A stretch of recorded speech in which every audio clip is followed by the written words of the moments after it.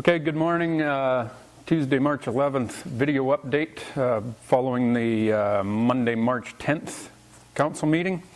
I'll just rip through the agenda real quick here and then we'll get on to a couple other things. There's going to be a second video today touching on a few things happening around town. First thing we did dealt with one of the R1 to R1A secondary suites. We didn't give it third reading yet. We wanted another couple of weeks to look at this one. It's a new one. It's a garden suite that's over top of a garage, so it's the first one in town. So we just wanted a little more time just to think about that before we pulled the trigger on it. So a great thing that we had was a delegation by a gentleman named Greg Hart, who's an ergonomist and a critical thinking professional, I guess.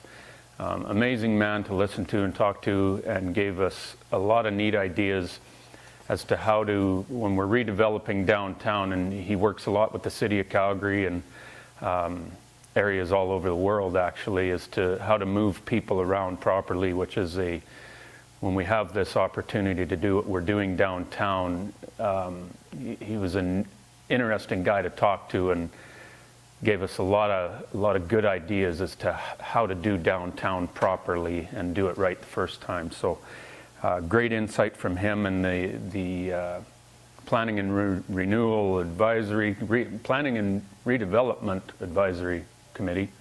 Got enough committees going now, right? But they're in touch with Greg now, and he'll be working with those guys to just give some insight on the designs they're looking at, etc. So that was excellent. What's the bylaws? Property tax forgiveness, batch 3 and 4, to the tune of $180,000, $152,000.99 was approved yesterday. This is for batch 3 and 4. Batch 4 actually came from, there's about 15 property owners that sold their house prior to us announcing this property tax forgiveness. We've been trying over the last couple of weeks to find a way to get the money in their hands. Obviously, the credit has to go to the property owner, but they didn't own the property anymore, so it got complicated. We're learning, our lawyers are learning, the government's learning as to what their rules are. But these people advocated for themselves and they got it done, and we found a way to get it done. So that was another part. It was about $13,000 that was given back to those homeowners. So I was really happy that our staff and our CFO Tom Meyer got that taken care of for these guys, and it was a huge win for everybody. So, Economic Disaster Recovery Project, that was a group that came from everywhere, all over North America actually, and studied in November how business in High River was, and the health of businesses, etc., and just what the pulse was. And it was a really neat presentation, a really neat study they did. It was interesting to me to see that they pinpointed the exact same things that we were. There are a couple of new ones that were interesting, but it was nice to know that we're all on the same page as to where business is at and where business needs to go from here. So excellent presentation by those guys. Calgary Foundation Initiative, Kim Unger gave us a presentation. Basically what this is looking to the Calgary Foundation for funding for 2 new murals in High River.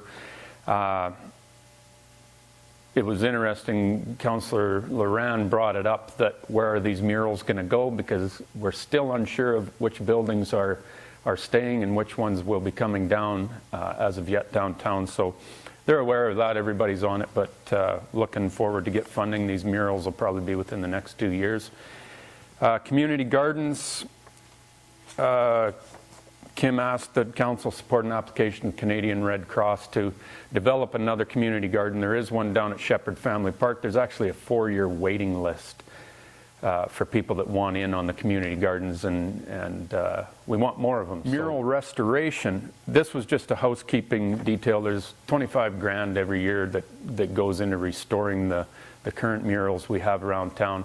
Obviously last year we didn't get any of the restoration done because of everything that happened, so this is just a housekeeping detail to move money from last year's budget to this year's budget. Management IT infrastructure upgrades. This is an upgrade to the electrical system up at the fire hall for the IT infrastructure that we need to, when we move in an event like we had in 2013 to move everything up to the fire hall, it doesn't have enough juice in it to power it, and the current needs of the fire hall, it actually doesn't have enough juice, so it needed to be done either way, but it needed to be upgraded to a 200 amp service, so we approved $100,000 to go get that done. That is priority. Anything to do with emergency management in this town is priority right now, so it's just got to get done and get done right. So outdoor warning system, there's an item on the agenda for council. What we decided to do is, council wants nothing to do with anything temporary. We want this to be the proper system.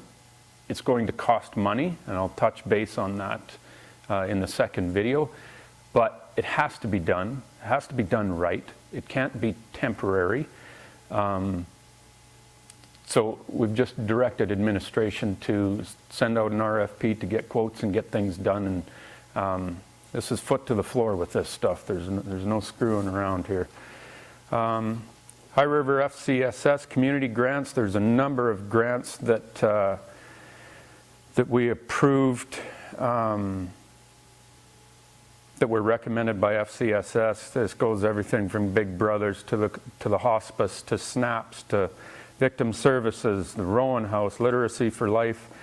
Those will all be listed. I'm not going to go through all of them. They'll be listed in the minutes that'll be on the website if you really want to see them. Probably be in the town crier too. United Way High River Partnership community grants, another number of grants that we approved the allocations for those funds. You can check those out. 2004 Little Britches Parade, we are going through obviously with the parade. Dana Dickens is doing it. She's taking it on and doing a great job of getting this parade put together and documenting how to put it together so that we can pass this off hopefully to somebody else or have somebody that'll take it on. But parade is happening in a way. One announcement is the Fieldhouse grand opening celebration has been announced for Saturday, March 22nd from 10 a.m. to 2 p.m.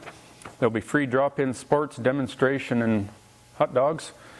And full details on the website, highriver.ca. Again, if you need to get a hold of me or any other councillor, all our email addresses are on the website. It's basically first initial and last name at highriver.ca, Snodgrass at highriver.ca.